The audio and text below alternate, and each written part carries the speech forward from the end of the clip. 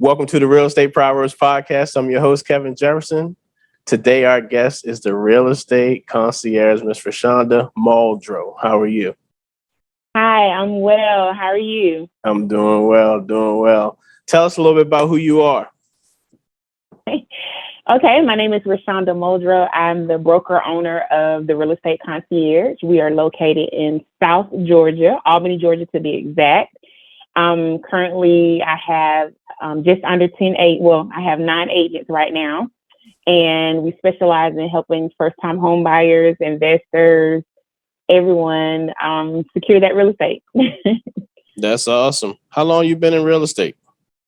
Been in business 14 years. Well, as an agent for 14 years, I'm a broker for 7. Okay. What did you do prior to real estate? Prior to real estate, I was I was in logistics. My father owned a transportation company, and I basically managed that for a 6-county rural area, basically medical transportation. Okay. Awesome. Mm-hmm.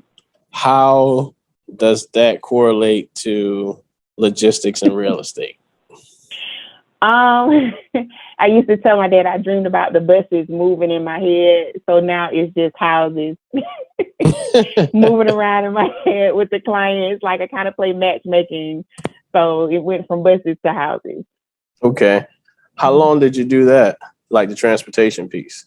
I was in transportation probably for 5 years because I did it straight out of grad school, went straight to work. So yeah, it was about 5 or 6 years. Okay. So what got you into real estate? Oh, man. So what happened was I actually was not even interested, was not looking, no desire, anything like that. My father wanted to do commercial real estate. So he wanted, commercial development, I should say.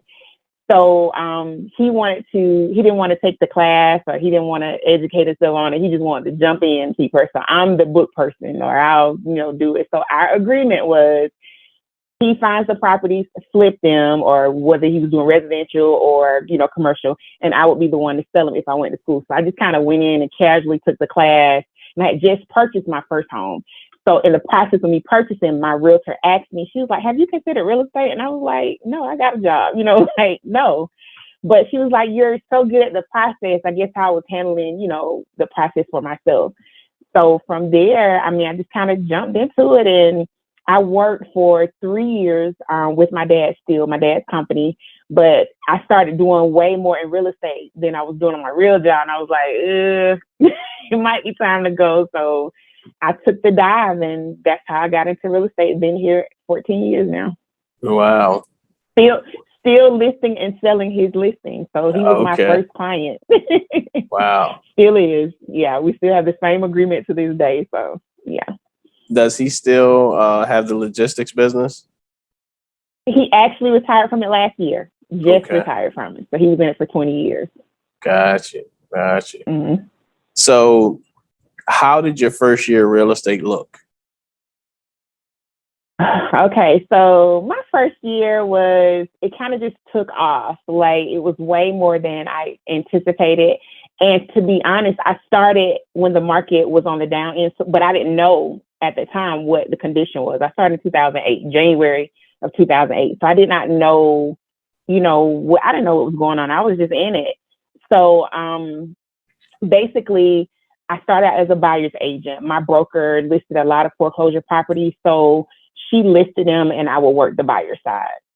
And that's pretty much how I got my feet wet in the business. And I can say, honestly, those people that first, I would say 3 to 4 years, when it was time for them to sell, they came back to me. So that's how I kind of picked up things, year 8, year 9, because those people kind of turned over to sellers instead of buyers. So that's how I got started. So yeah, interesting first year. And I think I sold maybe 11 or 12 properties my first year. So to me, that was a big deal because, I was new to it. Right. That's a successful year. Average agent sells about 4.5 properties a year. Yeah. So that you're to be commended. What were your thoughts after your first year? Meaning, what did you think after you completed the first year of real estate versus what you thought going into it? So at first, I admit it was a hobby. It was just something to do, something extra on the side. I wasn't really taking it serious, even though I was good at it. But it was just like, okay, I got a job. I'm just gonna, help this person. It was more so just providing the service. But once after that first year, I was like, okay, now this could be a business and lucrative at that. So I was there. I had to switch the light bulb on and say, okay, we're gonna run this like a business now. So I figured out my first year that there was a direct correlation with the time and effort that I put into it with the dollars that came from it. So once I figured out that correlation and I was looking at, okay, this is my hourly rate, this is what it's costing me to do this, I got more serious about it. And from then on, it was up.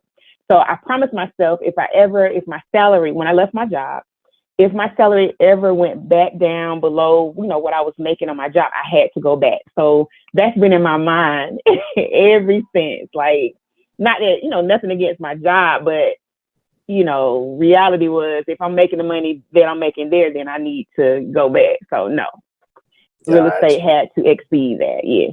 Gotcha. What was your best year so far? Oh, well, it depends because I don't really judge it by numbers, but in terms of numbers, I would say probably, and it's crazy, the pandemic, I would say 2020, what was that? 2020, yeah. The year of the pandemic, 2020, 2021, were that time frame. Like, I mean, I myself was down with COVID for like 4 months, but I had maybe 12, 13 closings in like that 3 or 4 month span that I was sick myself. So it was just crazy. The market was on fire even then. So yeah, I would say that was probably my best year. How did your brokerage fare? Like, were there agents that got out? They stayed in? No. Yeah, they stayed in. We stay engaged. I'm constantly we had a lot of Zoom calls. We went from weekly meeting in our office to having Zoom calls. So that kind of kept the camaraderie going and we kept each other motivated and we helped each other a lot. If someone else had to be out, then, we filled in. So I didn't really lose. I actually gained, I would say that was the time that I really gained more agents. Gotcha. Believe it or not. Yeah. How many agents do you currently have? I have 9. I have 9 agents now. Okay. Mm-hmm. What is the goal? I don't want to be huge because I believe in quality over quantity, and I'm more of a hands-on broker because I want to be the broker that my broker, she was awesome that I had, but I wanted to be that and more to my agent. And I want to make sure that I just didn't throw them out there and say, figure it out. No, because I want quality. I want to work with quality agents for one. So I have in my mind, I have to create that.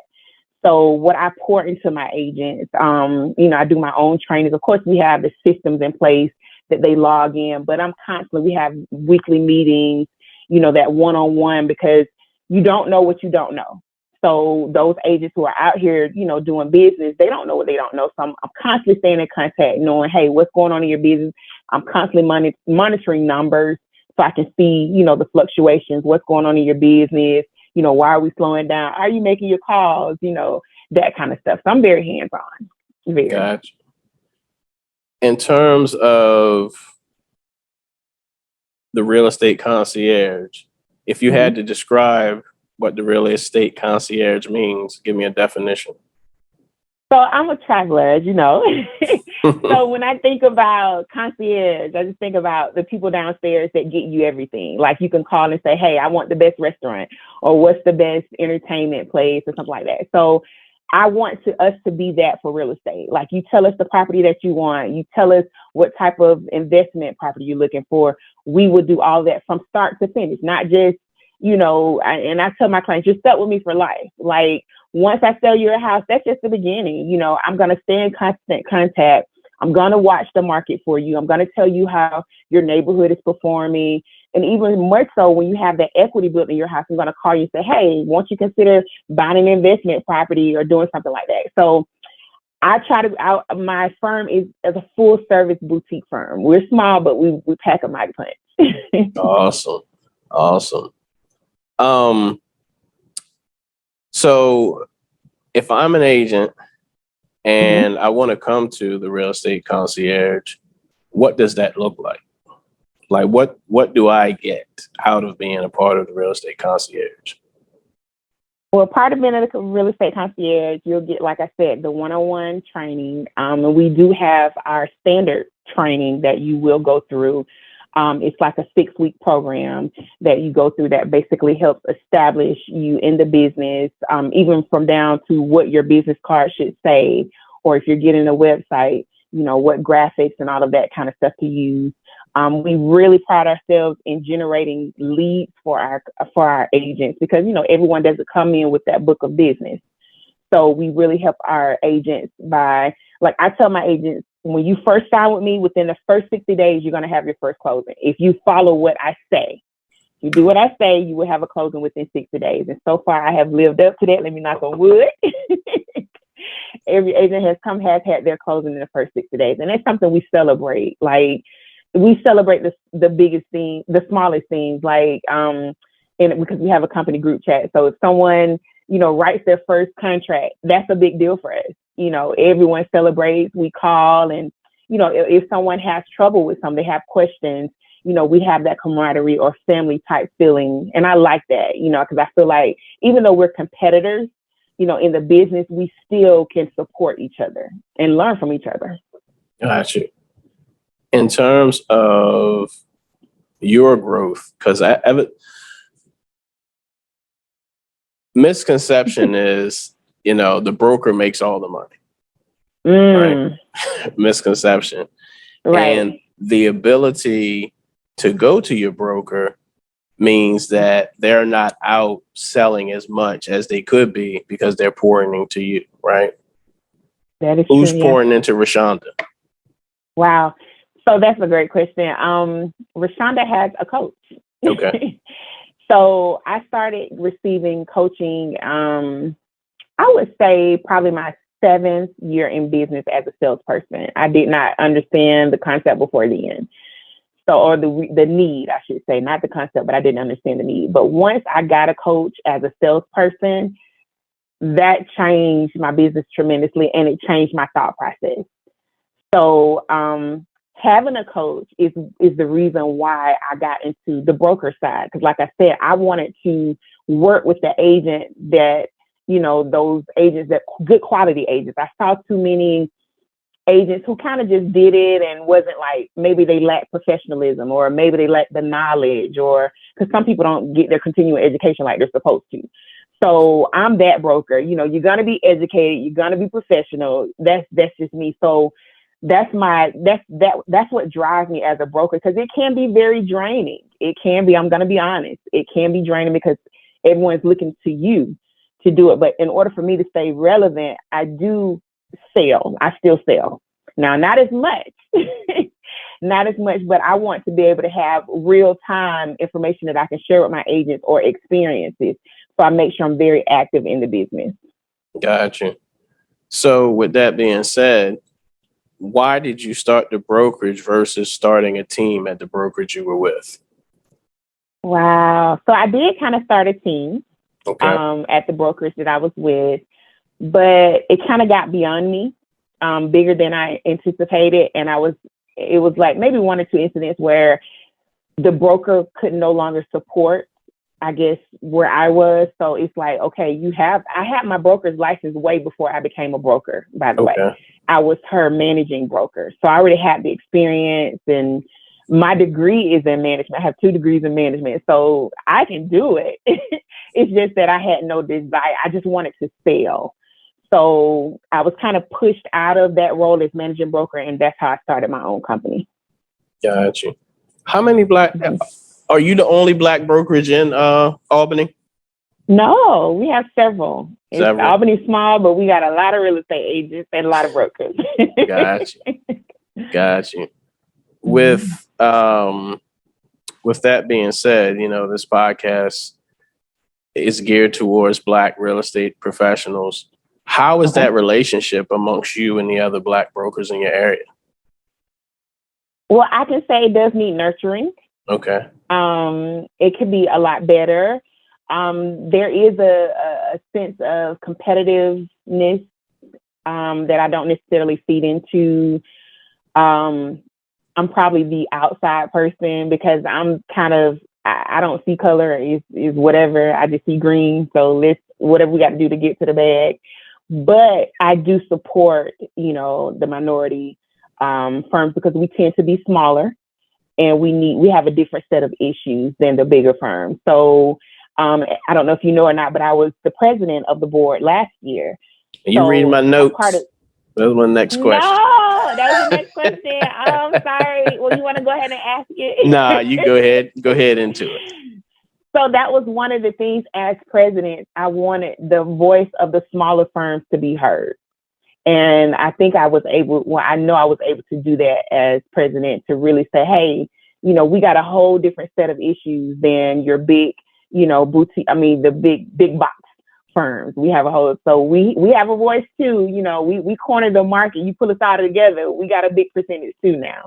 Right. So I made sure that we were heard in that sense. Yeah. What were some things that you either implemented or changed as the president of the board? So, like I said, one of the things was the board. Now we have quarterly broker meetings with the board, like where all the brokers come together.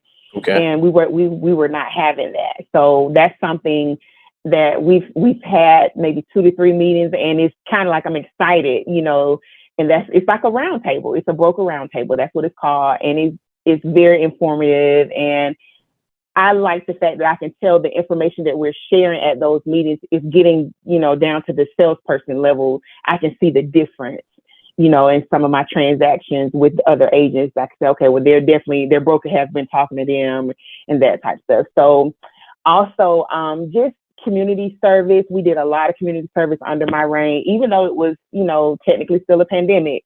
We did a lot of community service, and I don't want to be viewed as like a salesperson, like a car salesman. We as real estate agents, we have more depth to us than that. We don't just sell cars. So I wanted us to be painted in a different light in the community. So that's why the community service aspect was very big. I made sure our Facebook page really put out to our community, hey, we're not just expecting to sell houses and to make money off of you. We're putting back into the community. So I must say my community service chair, she really took my vision with that and ran with it. So that was pretty much my, as much as we could do during the pandemic year. Yeah. Gotcha. So I know in some boards you have your year as the current president, and then you have some responsibilities as I guess they call it the going out president or past president. You still have those responsibilities? Yes. So that you go from president to vice president. So I'm still in that same capacity where I'm supporting the president, even if there are like questions or stuff that was that left undone in my presidency, I still have to make sure I collaborate and, finish those tasks. So I can't just walk off the job like I'm out of here. No, it's not that. I still have to kind of stay. I'm still on the board of directors. Yeah. Were you the first Black president? And I'm sorry if you said that in the beginning. Oh, no, I didn't. You didn't say that, but no, I actually wasn't. Okay. It's probably the first Black in a while. Let me say that. I know at least there's never been a Black president since I've been a member, and that's 14 years. So if that helps. Gotcha. How important is it to participate in your local board?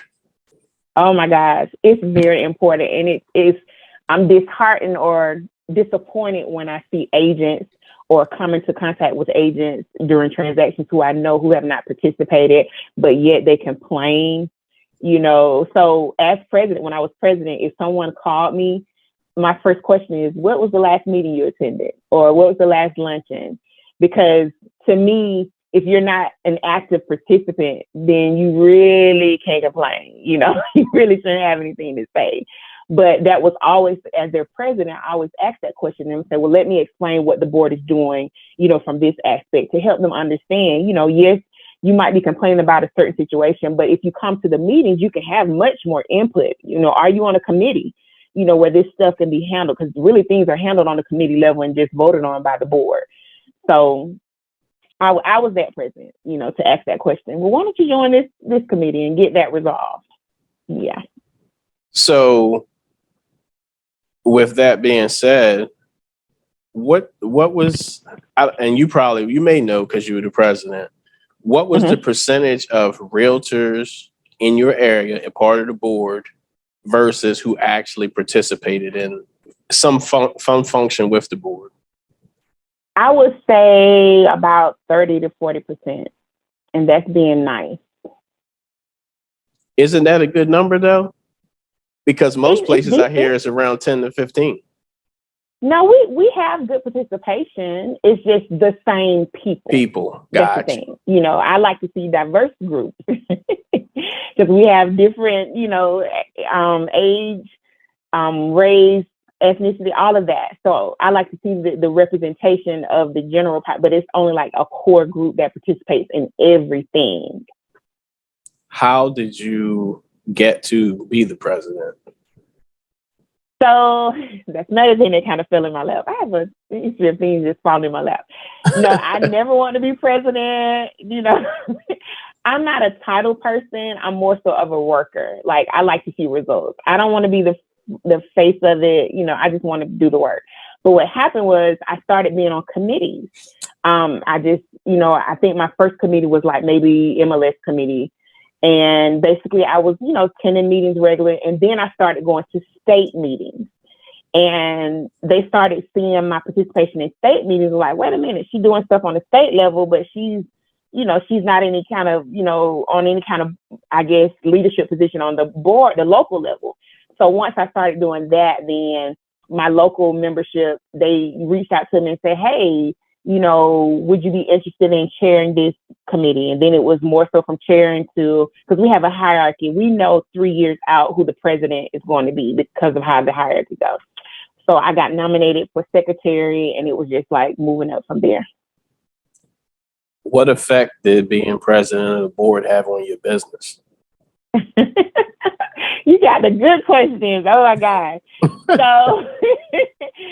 So I can honestly say because I was able to foresee what was coming up, I put the systems in place early. I knew, you know, that, okay, what was this, 2021? So I knew 2019, you know, what was ahead. Now, I didn't know the pandemic was coming, but I knew what was ahead as far as my leadership, you know, duties. So I made sure that I had enough agents to support. I did switch from more of working both sides, buyers and sellers. I switched to more seller side, just doing listings. So that kind of took, you know, a load off of me. And I only work with repeat buyers. So if you bought a house from me 5-10 years ago, of course, I'm going to represent you again, you know, on the selling side and to help you buy another house. So that's pretty much how I manage. My business, honestly, I had to work harder. I had more sleepless nights. It kind of felt like year 1 through 5 again, because I was busy and I had traveling duties as far as going to conferences and all of that. But once you have those systems in place, you'll be fine. And I was well supported. I have an awesome, I had an intern at the time that was working on her real estate license, and I had a licensed assistant. So we didn't miss a beat. Honestly, we didn't miss a beat. Being a Black president, did you see more participation from Black agents in the area and the board? And now that you say that, I can say yes. Now, I guess I didn't look at that before, but I can say yes. And I was that broker that always, or that president that always went to first, you know, the minority brokers and said, hey, we need you here. These are the issues. I need you here. And I think it was more of a buy-in because it was me. Got you. I'm not sure if agents get the education that they need or know the importance of RPAC and stuff like that, having people lobby and to fight on your behalf at Capitol Hill on the local level as well as the federal level. I probably didn't see that or know the importance until later on in my real estate career as an agent. I remember signing up, and they, you know, every year you renew your dues, and I was like, man, I'm not giving RPAC nothing, and uncheck the box. But then as you learn, like some of the stuff that they stop, or that could affect our business, then you're like, maybe that $75 isn't too bad. You know what I mean? Like, Right. I think there should be more education on those things. I think that there should be. I have my thoughts on working with local boards. Going into it, I think you should understand that it's going to have an effect on your time because it's almost like another job. It is. Even if you're just on the education committee, you have to plan out the education and educational offerings that you have for that year. But I can see I do see the importance in it. I think the problem is, like you said, the same people. So then they get burnt out. Yes, quickly. Because it's, your job as a realtor is already time consuming and tedious, right? Right. Especially in a market where it's a housing shortage. So you're showing more houses to more people, along with family life. And then you add on working with the board. So I commend you on your work. Thank you. When I saw that you were president, I was very proud. I was very proud of you. I don't think it hit me until like mid presidency. Like, oh, I am the president. Yeah. Because it was just work from the time I was installed. So it didn't dawn on me. I was like, okay. I started seeing my emails. I was like, oh, I am president. Wow. And people started acknowledging it. So that was crazy. But back to what you were saying about RPAC, what got me interested was my first realtor days at the Dome. Okay. And I went to that and it was life-changing. Like, I met Stacey Abrams before she was really Stacey Abrams and didn't even know she was going to be Stacey Abrams. You know? And I had a chance to take a picture with her and, you know, and I don't even know how maybe because she was just a sister. I was just like, wow, you're in the Georgia House of Representatives. I just want to take a picture with you. And I had gone to the Capitol as a child, but going back as an adult and really understanding and sitting in on the meetings and listening and, you know, they give us talking points, you know, as when we speak to our state representative or whoever we're speaking to, they give us, you know, things that basically are issues for our area. So when I went into those meetings and, you know, they was like sitting right there in front of us and asking us, it just changed my whole, you know, perspective of real estate and what, like, we legit fight for property rights, like legit, you know, if we were not there fighting for it, then, you know, the government could take away everything, you know, we would lose a lot of the benefits that we have. So I don't think a lot of realtors understand that, you know, we have to be, you know, that money that we pay those lobbyists. Lobbyists. Oh, I'm lost, but I know them by name. But the money that we pay them, oh my God, it's well worth it. Like legit, I know I'm jumping. A part of my presidency, I was on the state and local government committee, which is governmental affairs. So every Monday of the session, the legislative session, we had meetings and we knew what was coming up, like, you know, legit, you know, what was affecting our area or Atlanta or wherever. And it was just like mind blowing, like, wow, like these are legit bills and stuff that they're sitting around talking about. So I tell people I do way more than just sell houses. Like that's just the byproduct, like that at the end of the day, that's what pays the bills. But the other stuff is really what I'm interested in, actually. It really is. What is something that you'd like to see changed in terms of realtors? More so, whether it's more education or the barrier of entry of getting in. What is something you'd like to see change in the industry is a better question. So that was going to be my response, the barrier of entry. I think, not saying it's easy, but it's easy enough for just the person who watched HGTV say, okay, I want to get my license. To me, it's easy enough for them. I don't think it's enough because what happens is once they get their license, they think that's it. Well, that's just enough for you to pass the test. The test does not teach you how to sell, you know. So I just think there should be more. Now, Georgia does have a good, like, the continuing education that you have to do, or I think the first year you have to do additional 25 hours post-license. But I just think it needs to be more of a requirement. I can honestly say I started out as a part-time agent, but it wasn't until I switched over to full-time where I really took it serious. And I was really vested into learning and making sure, like, this is my craft. I want to better myself. So, like terminology, reading contracts, a lot of agents don't do that. They don't actually read the contract, even though they, you know, it's pre-printed for us to just kind of fill in the information, but they don't really read the contract until they get in a situation where they need to, you know, get out of it. That's when they're reading line by line. But I just wish that, you know, it's like you said, the barriers of entry to be higher, more continuing education. I mean, part-time agents are cool and all, but I'm almost leaning to, you know, there might need to be some changes there, really. Gotcha. And you really can't say part-time, full-time, because once you put your number out there, like, no one knows you on your job, you know, working or whatever.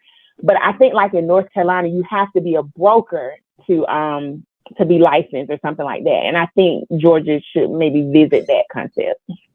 Got you. So I'm gonna ask this question.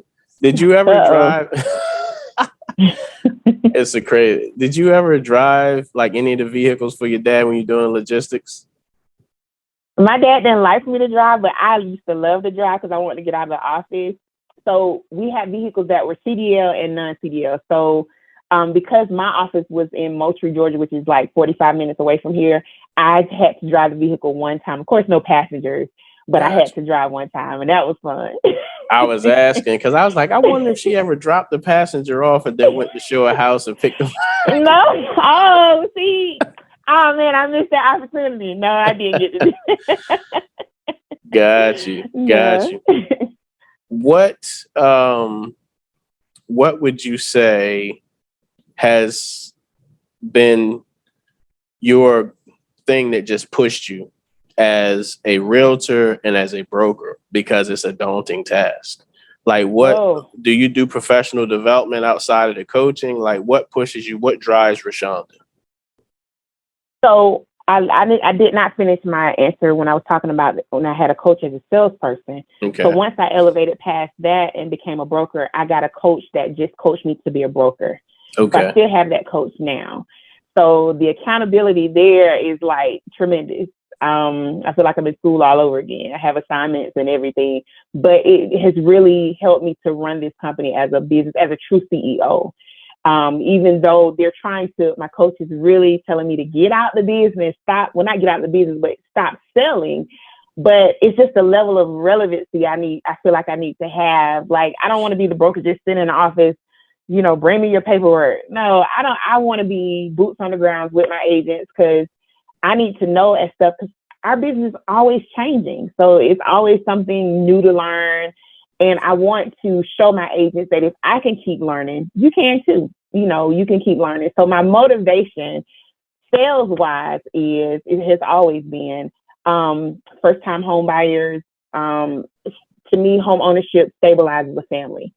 So in our community, our culture, I don't see enough of it. So I literally have this, you know, each one reach one or teach one, whatever the phrase is. That's me. I feel like if I can just help one family and walk them through the process, I think they'll reach other family members, and help them do the same. So we set a goal at the beginning of the year, every year. Well, not every year, but we set a number this year to help 100 families. So a part of that goal as a company goal, I feel like I have to get in and help, you know, because I'm looking at my numbers monthly. So if we don't hit it this month, I'm saying, okay, well, RaShaunda, you got to write at least 5 contracts, you know, to help get the number monthly. So that's my motivation on the sales side. As a brokerage, though, you did ask me what's my goal, number of agents. I think I'll be comfortable at 2025, just for right now, because it's just me. Until I hire a managing broker, I think I can manage, you know, 20 to 25 agents by myself. After Gotcha. that, I will hire someone to come in and kind of help, making sure that the ball isn't dropped or I don't miss anything. So my goal as a brokerage, I would say the motivation, I should say, as a broker is to just have educated, it's just something about when I hear or I get reviews in the community about, an agent with the real estate concierge, they did this or they did, and it just makes me so proud, like proud mom. So, I mean, I'm all for pushing my agents because I want them to be, they are the face of my company. And I tell them, I work for you. If you need something, let me know. I'm your broker. Yes, you're technically in, hierarchy under me, but yeah, I'm still your broker and I'm here to help your business be successful. Got you. So if I'm a aspiring real estate agent looking to grow my business, could you give me some words of wisdom on how to successfully grow it and to be able to sustain it? Because 14 years is not a short period of time. It's not. It's making me feel like a veteran in the business, but and I still feel like I have not done enough. But hey, it is what it is. So my thing would be, number one, to get a mentor or a coach in the business. I wish I would have done that sooner because I saw the value of it after this, once I was fully in it. So definitely getting a coach or a mentor, someone who's producing, who's working, who knows the business and not just kind of, 20 years ago I did. No, someone who's in it now. Also, for a brand new agent out of school, partner with that agent who might have too much on their plate. And don't be afraid to just say, hey, can I sit for your open houses? Or, can I be your transaction coordinator just to learn the business? Be proactive in this business and don't just wait for, it to come to you. What I'm seeing is a lot of people who are coming from a regular 9-to-5 job. They're used to getting a regular check. So the commission thing is a reality check for them. It's like a shock. Like, what do you mean I don't get paid until I sell? Like, what happened to the 1st and the 15th? So that's not the case in this business. So I tell people who are coming from those positions, you got to get out here and literally make the money. Like, yes, HGTV show you the highlights, but we really do work for the check. We really do. So you have to change your mindset to know that there's a direct correlation to how much time you put into it, what that check is going to look like at the end of the month or 6 months down the road. Gotcha. What is it going to look like you exiting the real estate industry? What is your retirement plan? So my retirement plan is a part of something that I've implemented in my company is government contracting.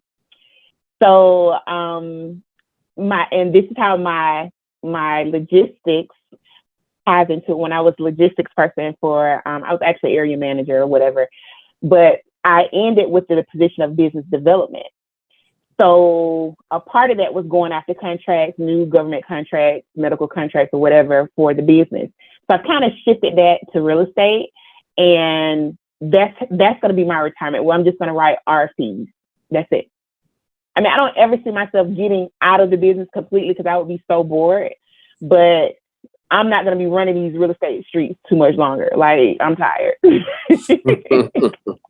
I get tired too. So that's going to be my retirement part, is still training agents, making sure, I would get the fresh out of school crew and just teach them, like, what do you need to know your first 60 days or what do you need to know your first 90 days?